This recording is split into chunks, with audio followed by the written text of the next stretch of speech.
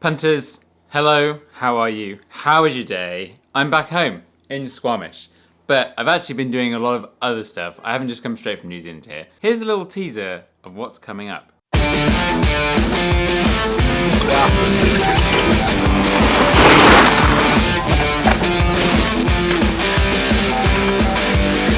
Hit it.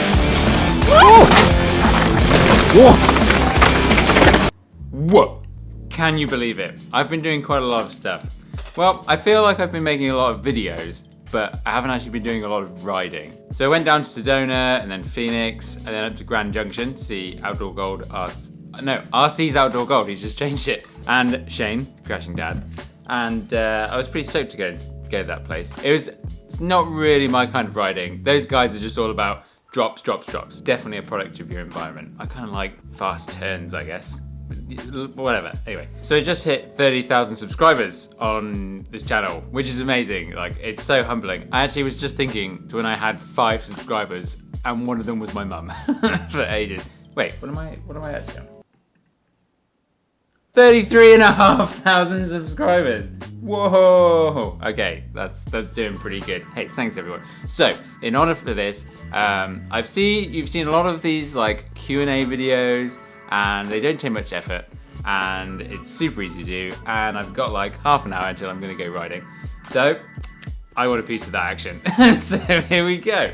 I asked a bunch of questions, feels like ages ago now, on the community page, and also the Discord, which, we'll just put that there. I use that for my call-in show, which I'm gonna bring back. The computer over here is just super broken, but it's gonna get fixed this week. Let's, are you focused? You're focusing. Okay, I trust you this time, camera. Peaked asks, how would you describe your channel is different from all the others? So people ask me all the time, because I do consulting for like media and content stuff, and part of that is YouTube. People ask like, how are you successful? You hear this all the time from loads of other people that give this kind of advice. And there's no one else can do you better than you can do yourself. And that's what's different, really. I'm trying to not do so much just POV stuff, and that's why you'll see a lot of session edits, and I use this, the big camera, and that's like, no one else is doing that. So, and I really find it quite fun to go and do it. So that's what's different, I think. I'm gonna try to do more third-person stuff, but really this channel is about me getting better as a rider and not sucking so hard. Robert asks, how has the Scott Genius been for you so far, and specifically, how useful has the twin lock system been? Yeah, I'm sponsored by Scott, so whatever you want to take from that, but I use that twin lock stuff all the time. I generally just the mid position. I don't like lock it all the way out.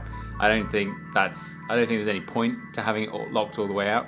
But like, say you're coming up to a punchy climb, you just pop that, and you genuinely get extra watts in your legs. I've been riding with a bunch of people, and I can just completely catch up to them. So when I do the BC bike race, and probably the EWS as well, that system is gonna be super useful. Oh, the Genius has been great as well. Super capable. Ben asks, how long did you live in Queenstown for, and why did you move away? So I used to work for Dirt magazine, and I left there back in 2013.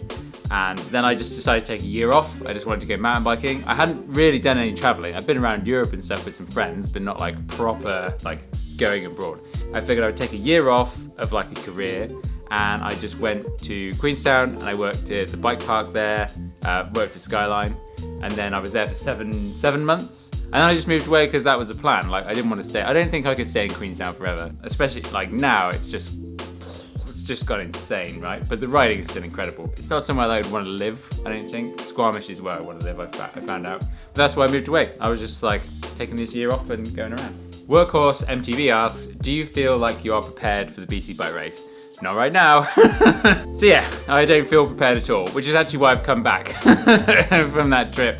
I was gonna go drive down again to California and do a bunch of stuff around there, but I just want to be here. Like, all the trails are starting to open up now, so I need to get back on the turbo trainer, back on Zwift, and really like go for it. I feel better, like, and CrossFit as well. So I feel super good after doing that. Like, maybe 4 times a week is what I'm trying to do on that, and then 4 times a week turbo session would be the dream. Todd asks, you said that you are working with fellow YouTubers on sponsorships. how did you match them so perfectly? BKXC, BMC, BCP would not go. I'm gonna put a link in the description to my company's website, which is called Creator Co. You can see everyone that I'm working on there. Those are the guys that I'm just ended up working with. If you don't see YouTube on there, it just didn't work out. Like, there's not a fit for whatever reason. Maybe they just want to do their own thing. But like really, like if I work with someone, I actually want to feel like I'm adding to what they're doing. I need to be a benefit. If someone already has stuff set up, then it's kind of a bit tricky. Like I know you'll see Seth on there, but I'm not involved with any of Seth's existing deals. Like that would be stupid and dumb. Like agencies that just decide to take money from deals that have already been done and they didn't even put any work into, I don't agree with that at all. I haven't said to like a specific company, oh, you should sponsor this person. It's generally like I speak to them about everyone. I speak to them about the YouTube space in all. Like not a lot of bike companies are actually too, I wouldn't say clued up, but they're not as aware of this whole space as you punters are watching at home. It might be so obvious that someone should sponsor Brian, for example. There's a lot of work to be done. This year has been great. Everyone's doing so well. Like I'm super stoked that at least everyone that I work with has got something. For my own channel, obviously my own sponsorships, I don't speak to anyone actively. I don't say, hey, you should sponsor me. I wait for them to kind of initiate the conversation. That's just my rule. Twitchy Nick, socks are so last year. When are you going to release the Pour the Punter leopard thong underwear? Probably in a couple of weeks. New England Adventures asks, what really got you into mountain biking? Well, the actual story is of how I started bikes is that I was at a skate park with my buddy Joe, who I'd love to go. Joe, if you're watching this, I know you live in Banff now. We should really go biking together at some point. Come down here, I've got a spare room. You're more than welcome. Be funny if you saw it in here, not for me just messaging him. We were at a skate park in where I grew up, in the town of Bradford-on-Avon, and he picked up this, we were trying to skateboard. I mean, he was really good. I sucked, I can't even ollie. He picked up a bike and he bunny hopped. And I was like, whoa, you can bunny hop a bike? Maybe that's easier. And it was.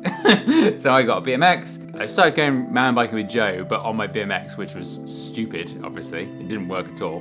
And then I ended up saving a bunch of money and I got a Kona Scab. That's what it was called. It was like the steel hardtail thing.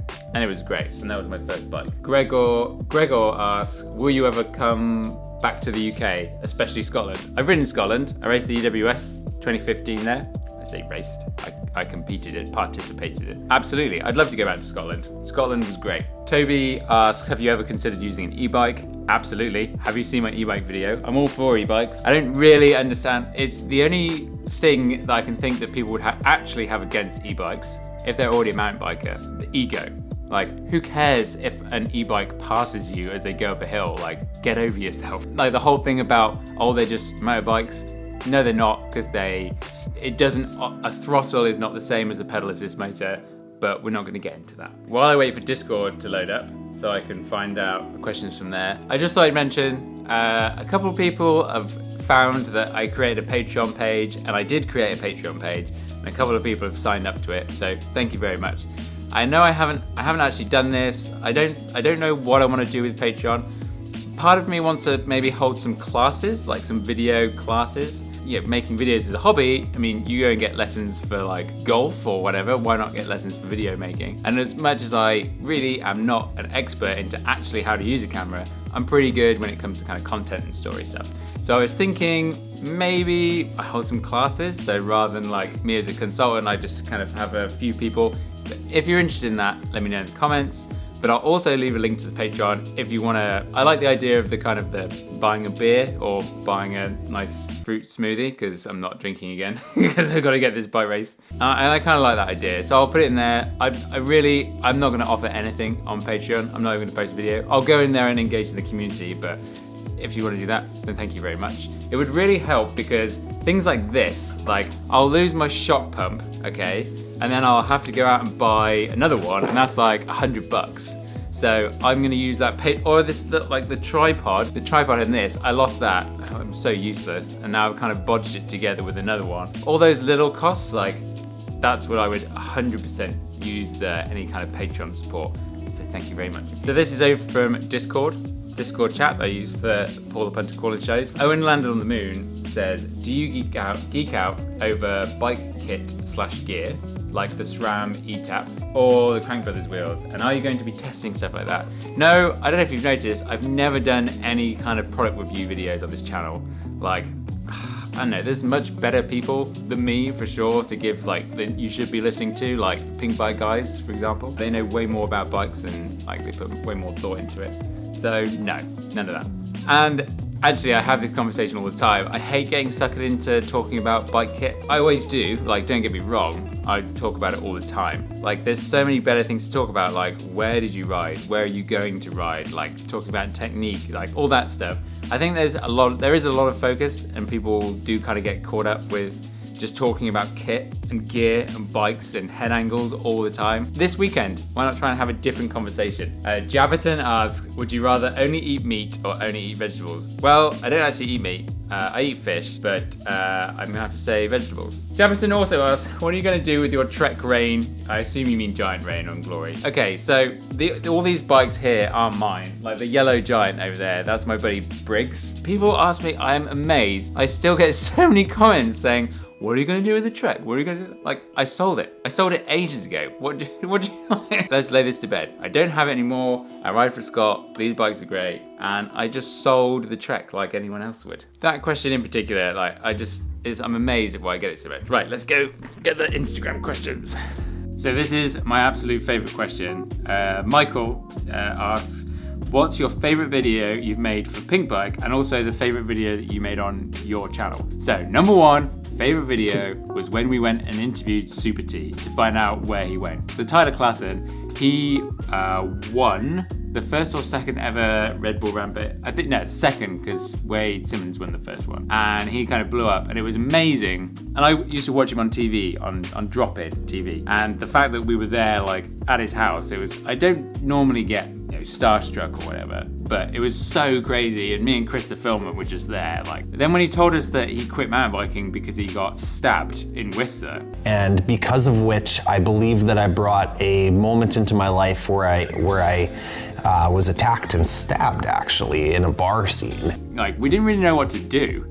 It was like, you kind of want to, we should have asked more questions, and we did get asked by people at Pink Bike, like, did you ask him to show you the scar? And then we didn't, that thought never even occurred to us, because it was such a huge revelation to us that that's actually what had happened. It was so much fun to talk to, and he had some amazing stories, like off camera as well. 100% that video that we made with Tyler was the favorite video that I made. And we made like hundreds of videos. And then my favorite video that I've made myself, maybe my favorite video is actually that session video I did with Brian, because that was the first session video, and that's like, I knew that these are the videos that I wanted to make on this channel, and we went and did it. We had a great time, and it was a great story.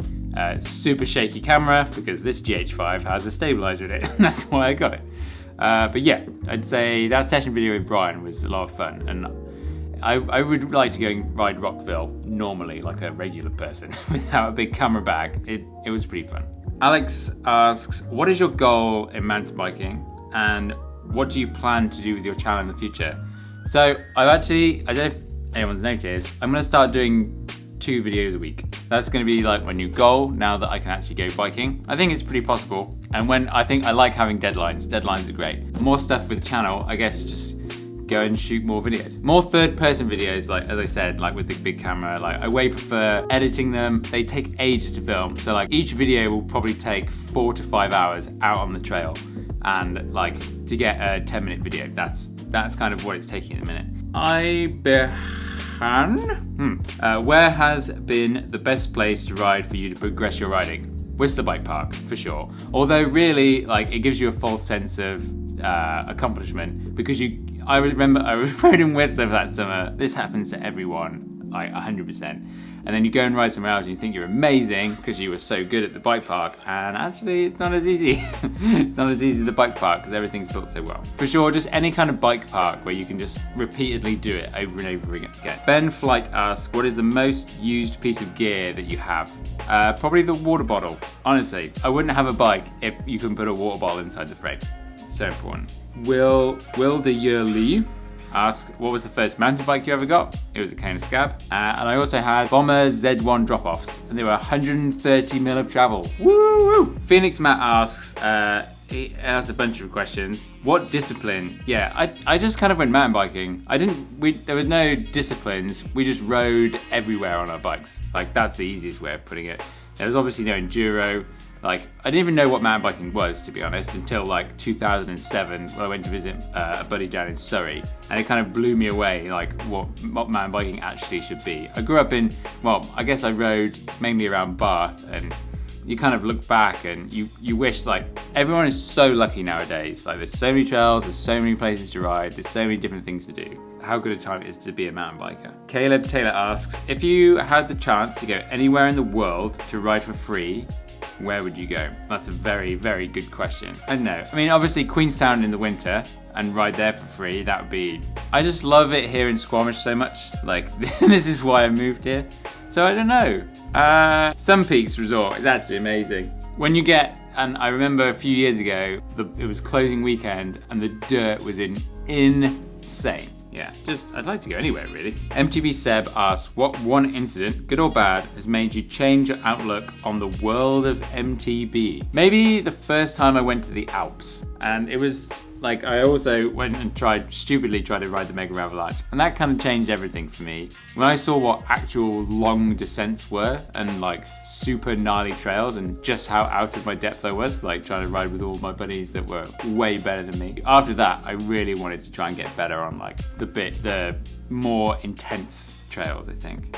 Jakob Hussein says, where are you from? I grew up in Bradford-on-Avon, which is a town just outside of Bath in the UK.